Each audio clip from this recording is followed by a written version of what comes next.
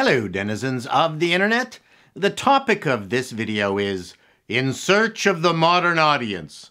This is a catchphrase popularized by the Critical Drinker, a well-known YouTube entertainment reviewer.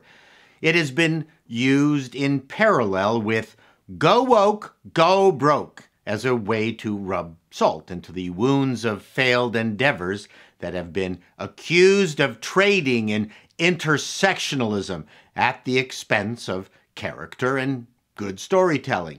But as I have said many times, much to the ire of the online mob, a movie can be successful despite the fandom menace's initial antipathy for it. The fact that Go Woke, Go Broke seems to have had a very high rate of predictiveness still does not make it a rule. And that's what I wanted to talk about. When studios gush about courting a modern audience, the logic would imply an expansion of the existing audience or fan base. That makes sense. Nothing wrong with that. And I would put it to you that there is a systematic way of accomplishing this that would include some kind of research to find out if an expanded audience even exists for the property and how much effort and cash would be required to capture it. The kind of due diligence any responsible company would be required to do, one that Disney, for instance, clearly did not.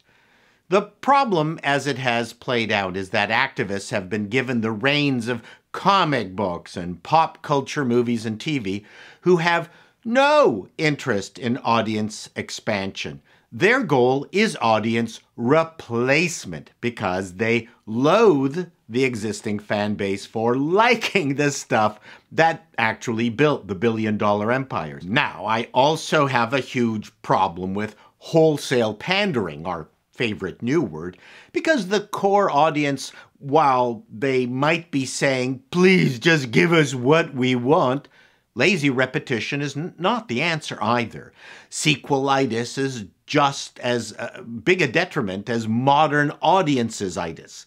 Most popular products suffer from this, even cars, video games, fashion, anything that captures our heart and soul. The Datsun 240Z was a stunner and a huge success in its time, but then turned into corporate uninspired mush before Nissan recently resurrected the 1970 icon to rave reviews because they realized that perhaps it would be a good idea to appeal to the original fan base. Are you getting my drift here, kids? The strategy of wholesale abandonment of original audience has always been a puzzle to me. I blame management, of course, not the intersectional pirates they employ. Management forgot to do one key thing: manage. They were the ones who hired these twats. If we take Disney's first attempt at a Star Wars movie, The Force Awakens, many of us have already commented, what's the fucking rush? Make it a Luke, Han, and Leia movie that passes the baton to Rey, Finn, and Poe. Easy, right? Nope. Stick Leia in a damp cave with an ill-fitting helmet, kill off Han, dump him in a pit, and let Luke rot on a giant rock in the middle of the ocean. And for the rest of Star Wars, all the Marvel stuff after Endgame, Pixar, and Disney itself, that's been the blueprint. Maybe the people put in charge thought that we were such suckers that all that was necessary was to play the swelling signature theme music and we would follow the sound like the Eloi in H.G. Wells' Time Machine. If you don't know the story of Time Machine, the Eloi were killed by the Morlock for food. At the risk of all your hateful comments, I have always insisted that it hasn't been the message or the diverse casting that has killed our favorite franchises, but incompetent writers, directors, and management, and sometimes the stupid casting. And that goes for my last common catchphrase of the day: no one asked for it. Yeah, so no one asked for the first Star Wars, Indiana Jones, Iron Man, or Alien either. studio executives have a much harder time with brand new stuff. It scares them.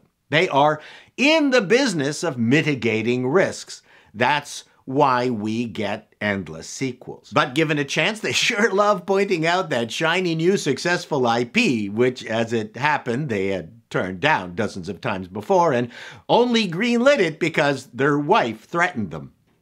I will admit that one thing that did tie all those well-known movies together, favorite movies, was that they generated buzz and interest once we heard of them, saw the trailers in the theaters.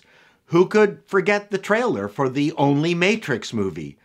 No one asked for that, but we wanted to see that movie. Can't say the same for the Marvels or Agatha. Even Zack Snyder's Rebel Moon looks like a hot mess. I remember the Barbie trailer was a pink explosion when I saw it in the theater. People around me cheered. So while audiences might not know what to ask for, as Steve Jobs famously said, they will ask for it when they know it.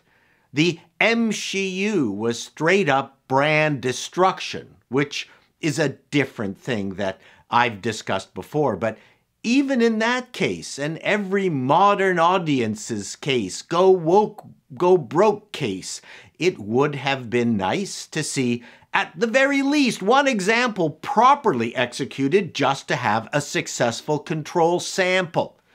Many point to Barbie as that example. The decidedly non-woke Mission Impossible Dead Reckoning Part 1 performed far below expectations. Do we need a catchphrase for that? Go sequel, go NyQuil. Okay, not very catchy.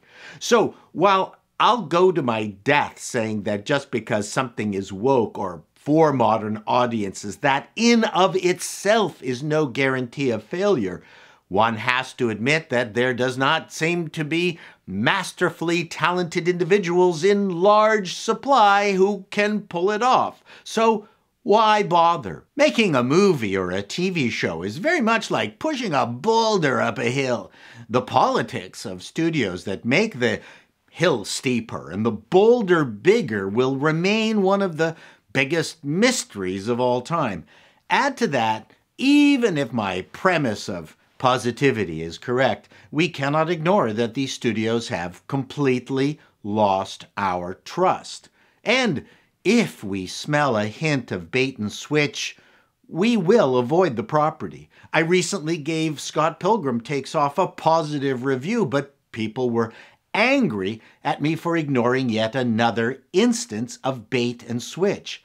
Fans are tired of all this bullshit. In the meantime, I will continue my search for the mythical modern audience.